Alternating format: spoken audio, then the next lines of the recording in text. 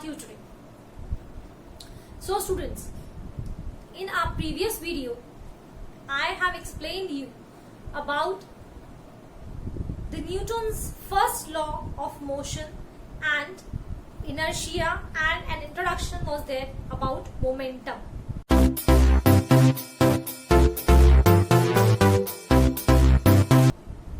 Now it's time to see some more concepts in momentum and further हम discuss करेंगे Newton की second law of motion. तो सबसे पहले मोमेंटम उसको देख लेते हैं। हालांकि मैंने प्रीवियस वीडियो में एक्सप्लेन किया था, लेकिन क्योंकि मुझे यहाँ कॉन्सेप्ट पूरा लेकर चलना है तो I will be discussing it once again. तो मोमेंटम क्या है सबसे पहले वो देख लेते हैं। मोमेंटम को रिप्रेजेंट करते हैं स्मॉल लेटर के P से, and this is mass into velocity. Definition नहीं लिख रही हूं, वो तो आप बुक में से देख सकते हैं, सिर्फ आपको समझाने के लिए। तो मोमेंटम क्या है? That is basically the product of mass and velocity of any object. जब भी कोई ऑब्जेक्ट मूव कर रहा है तो उसकी जो वेलोसिटी है वो वेलोसिटी, और अगर उसके मास को हम प्रोडक्ट कर दें, मल्टीप्लाई कर दें, तो जो फिगर आएगी that is known as the momentum. जैसा कि आप लोगों ने ऑब्जर्व भी किया होगा कि सपोज कीजिए कि दो व्हीकल्स जो है वो मूव कर रहे हैं, दोनों की वेलोसिटीज अलग अलग है। एक की वेलोसिटी थोड़ी कम है, दूसरे ऑब्जेक्ट की थोड़ी ज्यादा है। तो आपको क्या लगता है कि फोर्स हमें किस पर अप्लाई करना पड़ेगा ज्यादा उसको रोकने के लिए?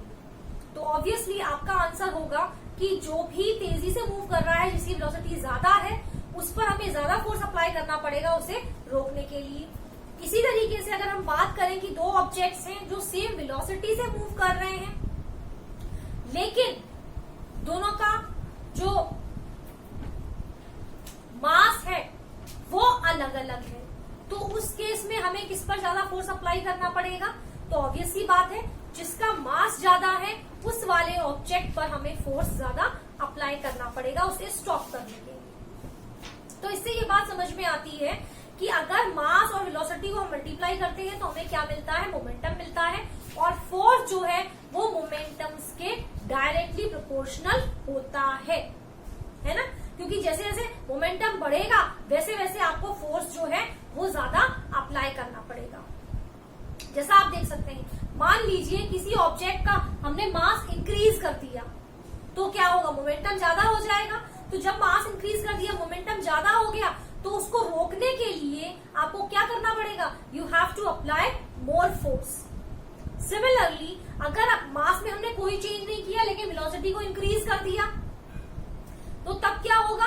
In that case also the force applied will be more, क्योंकि मोमेंटम ज्यादा होगा। तो जैसे जैसे मोमेंटम बढ़ता है वैसे वैसे फोर्स भी हमें ज्यादा अप्लाई करनी पड़ती है, या जैसे जैसे मोमेंटम कम होता जाएगा वैसे वैसे हमें फोर्स भी लेस अप्लाई करना पड़ेगा। तो इस बात से ये चीज सीधी सीधी समझ में आती है कि फोर्स जो है वो मोमेंटम के डायरेक्टली प्रोपोर्शनल है, या जैसे जैसे मोमेंटम बढ़ेगा फोर्स बढ़ानी पड़ेगी, जैसे जैसे मोमेंटम कम होगा फोर्स भी हमें कम अप्लाई करना पड़ेगा। तो कहीं कहीं सीधे सीधे इसको मोमेंटम लिख दिया जाता है, या it is often referred as linear momentum also, so it is one of the same. Now अगर इसकी क्वांटिटी की बात करें कि किस टाइप की क्वांटिटी है मोमेंटम, तो momentum is a vector quantity, ये आप याद रखेंगे।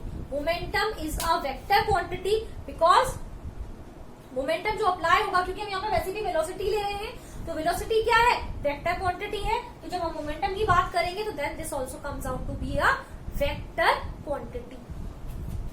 अब अगर इसकी यूनिट देखें तो मोमेंटम की यूनिट क्या हो जाएगी? आप देखिए सीधे सीधे, मास की यूनिट क्या होती है? ऐसा यूनिट केजी। वेलोसिटी की होती है मीटर पर सेकेंड स्क्वायर, यानी मोमेंटम की यूनिट क्या हो जाएगी? केजी मीटर पर सेकेंड स्क्वायर। तो सिंपल है यूनिट निकालना। मोमेंटम की यूनिट हो जाती है केजी मीटर पर सेकेंड स्क्वायर। ओ सॉरी, पर second not square, square is a पर एक्सीलरेशन, बाय मिस्टेक आया। ठीक है, किलोग्राम मीटर पर सेकेंड मोमेंटम की हो जाती है यूनिट। हम देखेंगे चेंज इन मोमेंटम क्या है।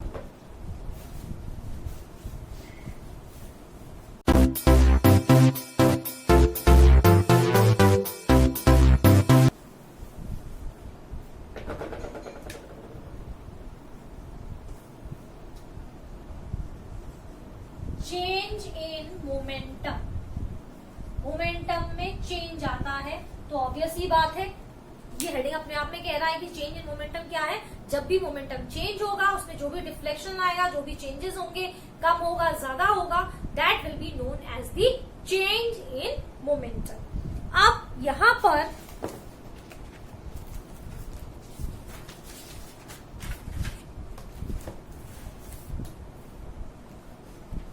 जैसे कि अभी मैंने मोमेंटम आपको बताया था, it was P is equals to mv, है ना।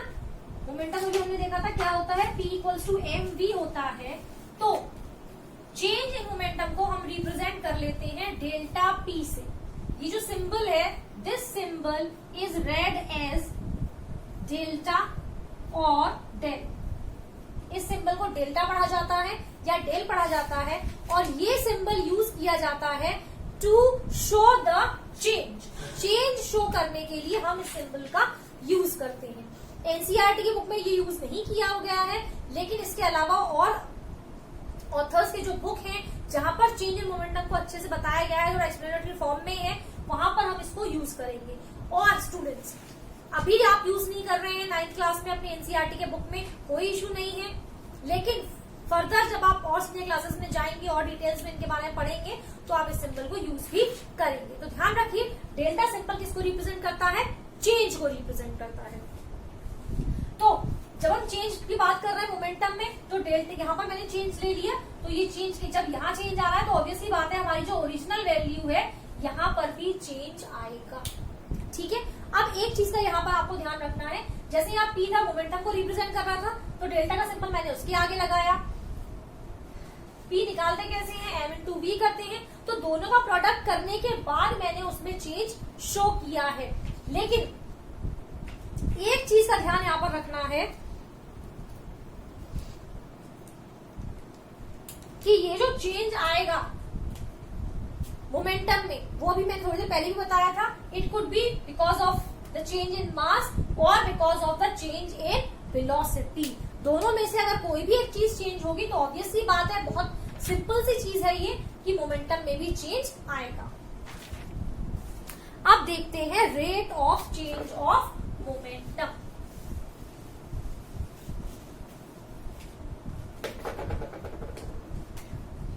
अब हम देख रहे हैं rate of change of momentum. तो अब rate of change of momentum में हम क्या करने वाले हैं,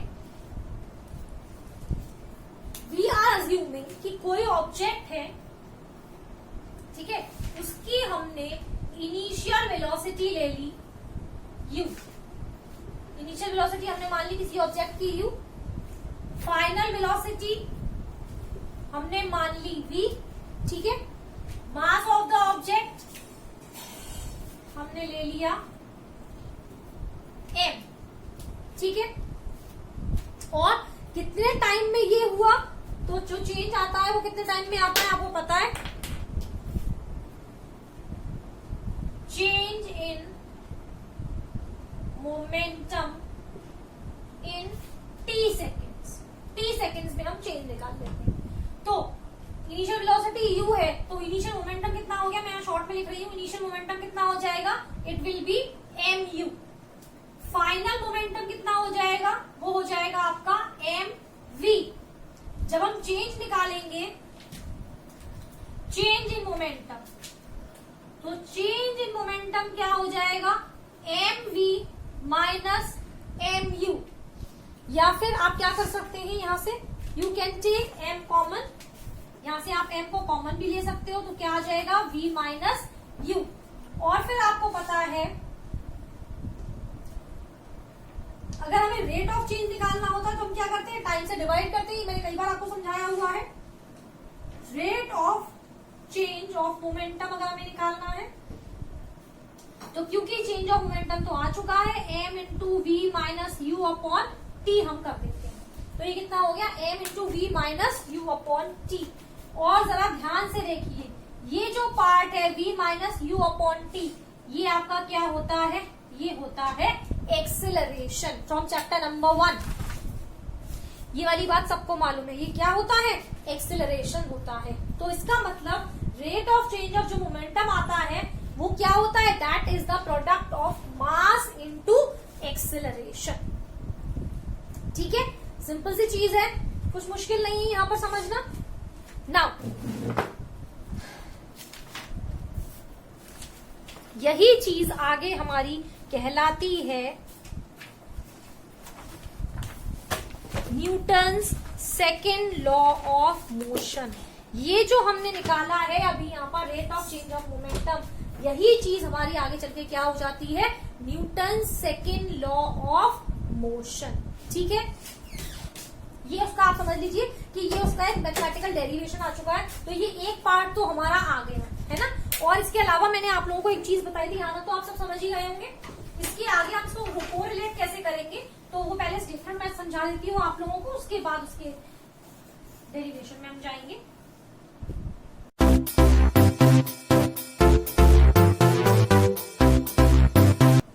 तो जो न्यूटन की सेकेंड लॉ है, it says, I am talking about Newton's second law, Newton's second law of motion. तो न्यूटन की सेकेंड लॉ ऑफ मोशन क्या कहती है, it says that the rate of change of momentum of an object. देखिए statement ही यहीं से शुरू हो रहा है, ये कहती है the rate of change of momentum, यही चीज अभी हमने कैलकुलेट की थी। Rate of change of momentum is directly proportional of an object. Obviously बात है कि हम ऑब्जेक्ट के बारे में बात कर रहे हैं, of an object is directly proportional. तो ये rate of change of momentum जो है किसके डायरेक्टली प्रोपोर्शनल है, it is directly proportional to the applied unbalanced force and the change in momentum and change in momentum takes place in the direction of applied force। ये हो जाता है आपका second law of motion. ये है Newton के second law of motion का statement, the rate of change of momentum. अभी हमने पिछले स्क्रीन पे बिल्कुल थोड़ी देर पहले हमने क्या निकाला था, rate of change of momentum. तो वो क्या आ रहा था, उसकी वैल्यू आ रही थी m इंटू ए, यही आ रही थी। ठीक है, ये किसके इक्वल है, is directly proportional to the applied unbalanced force. अगर फोर्स को हम F से रिप्रेजेंट करें तो ये डायरेक्टली प्रोपोर्शनल हो रहा है ma के। यही चीज मैंने आपको स्टार्टिंग से वीडियो में बताई थी। ठीक है, और दूसरी चीज तो यही कह रहा है कि जो चेंज इन मोमेंटम है वो किस डायरेक्शन में आता है, अप्लाइड फोर्स की डायरेक्शन में आता है। इसलिए मैंने हम ये भी लेके चल रहा था कि मोमेंटम की जो वेक्टर क्वांटिटी की होती है, अब क्योंकि डायरेक्टली प्रोपोर्शनल हो गया तो you know very well that to change the proportional sign we have to multiply here by a constant. So I have taken a constant k here. ठीक है, तो हम एक कांस्टेंट k रख लेते हैं यहाँ पर। अब अगर मान लीजिए if k is equals to 1, अगर k की वैल्यू 1 हो गई तो f किसके इक्वल हो जाएगा, ma के इक्वल हो जाएगा। तो बस यही फॉर्मूला आ जाता है, f is equals to ma which is your Newton second law of motion. था कुछ मुश्किल, बिल्कुल सिंपल है ना। बस स्टेप बाय स्टेप आपको चीजों को याद रखना है। ठीक है, बहुत सिंपल है। अब इसके बाद अगर हम इसकी यूनिट की बात करें, न्यूटन के फोर्स की यूनिट, तो ये तो आपकी आ गई फोर्स। तो फोर्स की जो यूनिट है, क्योंकि फोर्स होता है मास इनटू एक्सेलरेशन, और दूसरी चीज क्योंकि फोर्स के बारे में न्यूटन ने ही पूरे लॉज दिए हैं, तो इसीलिए इसकी जो यूनिट है वो क्या हो जाती है, वो यूनिट है न्यूटन। फोर्स की यूनिट होती है Newton, represented by a small n, और ये एसआई यूनिट है, इस चीज का ध्यान रखेंगे कि एसआई यूनिट फोर्स की क्या है, न्यूटन है। अगर हम सीजीएस यूनिट में जाएं तो फिर सीजीएस यूनिट चेंज हो जाती है, हालांकि वो आपकी टेक्स्ट बुक में नहीं दे रखी है, लेकिन फिर भी मैं आपको यहाँ बता देती हूँ कि जो सीजीएस यूनिट है वो क्या है। तो CGS unit of force is dyne, DYNE। अगर सीजीएस यूनिट की बात करें फोर्स की तो वो होती है डाइन। अगर उसमें हमें रिलेशनशिप डिराइव करनी है तो एक छोटा सा रिलेशन है, बता देती हूँ मैं आपको, एडिशनल है, ये सब कुछ एनसीईआरटी में गिवन नहीं है। तो relation between I am giving Newton and dyne, इनके बीच में क्या रिलेशनशिप है, तो सिंपल सी एक लॉजिक है। 1 न्यूटन क्या होता है, किस किस को मल्टीप्लाई करके हमने न्यूटन निकाला था, मास इनटू एक्सेलरेशन। तो मास क्या हो गया 1 kg, एक्सेलरेशन कितना हो गया 1 मीटर पर सेकेंड स्क्वायर। ठीक है, 1 kg को आप ग्राम्स में कन्वर्ट करेंगे तो कितना आ जाएगा 1000 ग्राम। मीटर को सेंटीमीटर में करेंगे तो 100 सेंटीमीटर पर सेकेंड स्क्वायर। तो अभी कितना हो गया 10 टू द पावर 5 सेंटीमीटर पर सेकेंड स्क्वायर। ये हो गया आपका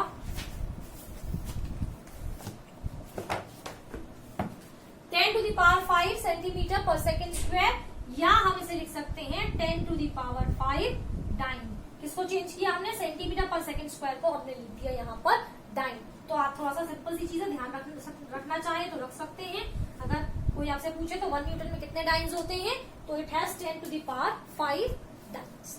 ठीक है, सिंपल सा कॉन्सेप्ट है। आई होप आप सबको इजीली समझ में आ रहा है, इसमें कुछ भी मुश्किल नहीं है। तो ये हो गई आपकी न्यूटन की second law of motion.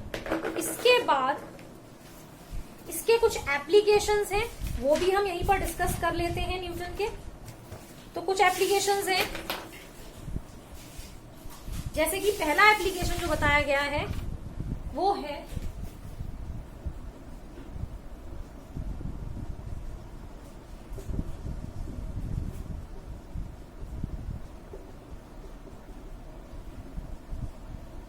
Second law के एप्लीकेशंस हम देख रहे हैं। तो जो फर्स्ट एप्लीकेशन है वो है fielder while catching a fast moving cricket ball gradually pulls his hand backwards with the moving ball. ये चीज आपने देखी है, ऑब्जर्व किया है कि जब भी फील्डर है, क्रिकेट खेल रहा है, फील्डिंग का काम कर रहा है, फील्डर खड़ा हुआ है एक, और कोई कैच आता है तो वो ऐसे नहीं जाता बॉल को लेने के लिए, इंस्टेड वो अपने हाथों को पीछे की तरफ खींच लेता है। एवरीबडी हैज ऑब्जर्व, इतना क्रिकेट तो सभी ने देखा है ना। क्या करता है फील्डर, आगे की तरफ नहीं भागता, ऐसे नहीं भागता बॉल लेने के लिए, इंस्टेड वो खुद को पीछे पुल कर लेता है, अपने हाथों को पीछे ले लेता है बॉल को कैच करने के लिए। तो आप बता सकते हैं इसका रीजन, इसका सीधा सिंपल रीजन है due to Newton's second law of motion. Because if momentum is more, momentum ज्यादा कब होगा, जब बॉल कैसे आ रही है, बॉल आ रही है तेज वेलोसिटी के साथ। अगर बॉल तेज वेलोसिटी के साथ आ रही है तो क्या होगा, मोमेंटम ज्यादा होगा। मोमेंटम ज्यादा होगा तो फोर्स भी ज्यादा लगाएगा, है ना। वो बॉल जो है वो फोर्स भी ज्यादा अप्लाई करेगा, फील्डर के हाथों में लग जाएगी। तो जब वो पीछे कर लेता है अपने हाथों को तो क्या होता है, टाइम इंक्रीज हो जाता है। और अभी आपने ये चीज देखी थी, मैंने बताया था कि F इज इक्वल टू क्या हो रहा था, m v minus u upon t, क्योंकि टाइम के फोर्स कैसा है, इनवर्सली प्रोपोर्शनल है। अगर आप v और u की बात करें तो और t की बात करें तो जब हम इसको बढ़ा देंगे तो फोर्स अप्लाइड कैसी हो जाएगी, लेस हो जाएगी। तो अपने हाथों को पीछे की तरफ करके फील्डर क्या कर रहा है, उस बॉल का अपने हाथों तक आने का जो टाइम है उसको बढ़ा देता है। जब टाइम इंक्रीज हो जाएगा तो क्या होगा, जो एक्सेलरेशन प्रोड्यूस होगा it will be less, acceleration less होगा तो फोर्स अप्लाइड भी लेस होगी and the fielder will have less chances to get hurt. तो फील्डर के चांसेस चोट लगने के कम हो जाएंगे। I hope you have understood this concept. Next है that is the same reason. आपने सभी लोग जानते हैं कि व्हीकल्स में शॉकर्स लगे होते हैं, स्प्रिंग्स जैसे होते हैं, स्पाइरल स्प्रिंग्स जैसे मोटे मोटे होते हैं, हेवी होते हैं, शॉकर्स कहा जाता है उन्हें। उसका भी यही रीजन है कि ऑटोमोबाइल्स में शॉकर्स क्यों लगाए जाते हैं। The reason is same. अगर शॉकर्स नहीं लगाए जाएंगे तो क्या होगा, जो भी जर्क है, जर्क यानी झटका, जब आप गड्ढे में अपनी बाइक को ले जा रहे हैं, व्हीकल को ले जा रहे हैं तो आपको झटके लगते हैं गड्ढे में, है ना, तो जर्क कहते हैं उसको। तो जब अगर सीधा सीधा या शॉकर्स नहीं लगाए गए तो क्या होगा, वो जर्क आपकी बॉडी तक जल्दी से पहुंच जाएगा और फिर आपको ज्यादा प्रॉब्लम हो सकती है। उस शॉकर के थ्रू, जो स्पाइरल वे में लगाया जाता है, स्प्रिंग के फॉर्म में लगाया जाता है शॉकर, उसके थ्रू उसका टाइम इंक्रीज हो जाता है आपकी बॉडी तक पहुंचने के लिए। और जब टाइम इंक्रीज हो जाता है तो जो फोर्स अप्लाई होती है उस जर्क के थ्रू वो कम हो जाती है और चांसेस कम हो जाते हैं कि हमें चोट लगेगी। That is the reason why all the automobiles they are fitted with the shockers. I think अब आपको साइंटिफिक रीजन क्या है शॉकर्स लगाने का वो पता चल गया होगा। चलिए नेक्स्ट एग्जांपल है,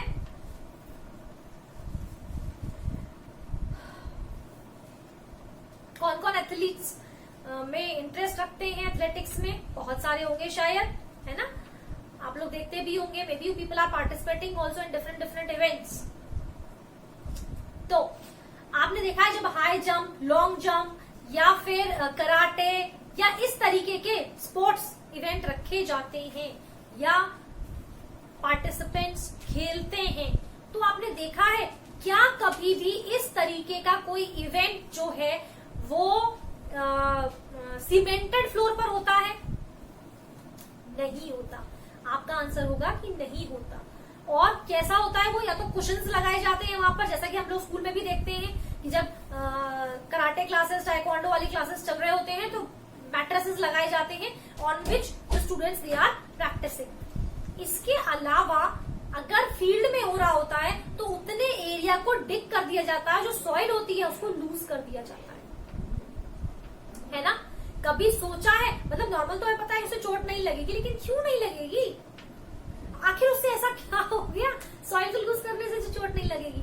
तो उसका सिंपल रीजन वही है कि जब हम टाइम इंक्रीज कर देते हैं, सैंड लूज हो जाती है तो उसका टाइम इंक्रीज हो जाता है फ्लोर तक आने के लिए और चांसेस लेस हो जाते हैं of the force that has to be applied. तो फोर्स जब कम अप्लाई होगी तो चोट कम लगेगी।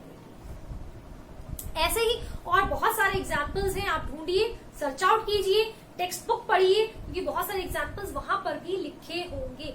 बस एग्जाम्पल कुछ भी हो सकता है, किस वो फर्स्ट लॉ अप्लाई हो रहा है, सेकेंड हो रहा है, ये सोचने का काम आपका है। इसी तरीके से बहुत जल्दी से मैं 2-3 एग्जाम्पल आपको बता देती हूँ। इलेक्ट्रॉनिक आइटम्स थर्माकोल के कंटेनर में आते हैं। आपका एसी है, फ्रिज है, वॉशिंग मशीन है, तो आपने ऑब्जर्व किया होगा कि उसके आसपास थर्माकोल का पीसेस लगे होते हैं। क्यों? So as to reduce the force. अगर बाई चांस वो गिर जाए तो फोर्स जो है ऑब्जेक्ट तक पहुंचने में उसे टाइम लगेगा, थर्माकोल से होती हुई जाएगी। टाइम जब इंक्रीज हो जाएगा तो फोर्स अप्लाइड लेस होगी और चांसेस कम होंगे चीजों को टूटने के लिए। क्रॉकरी आइटम्स वगैरह भी जो आते हैं या फिर बबल रैप्स में आते हैं, तो सीधा सा रीजन यही है। इसी तरीके से अगर कोई ऑब्जेक्ट खड़ा हुआ है, कोई व्हीकल खड़ा है और आप उससे टकरा जाते हैं तो आपको चोट कम लगती है, बजाय इसके कि जब दो मूविंग व्हीकल टकराते हैं तब चोट ज्यादा लगती है, क्योंकि मोमेंटम ज्यादा प्रोड्यूस होता है। तो ये था न्यूटन के सेकेंड लॉ के बारे में सारा डिस्कशन और मोमेंटम से रिलेटेड चीजें। फिर मिलेंगे नेक्स्ट वीडियो में और सीखेंगे न्यूटन के थर्ड लॉ ऑफ मोशन के बारे में, उसके एप्लीकेशंस के बारे में, और फिर सीखेंगे law of conservation of momentum. तो वीडियो को लाइक, शेयर, सब्सक्राइब जरूर कीजिए, ध्यान से देखिए, क्योंकि आपके मैक्सिमम क्वेश्चंस के सॉल्यूशंस इन्हीं वीडियोस के थ्रू आपको मिल जाएंगे. So see you in the next video. Till then have a nice time, enjoy learning, bye bye.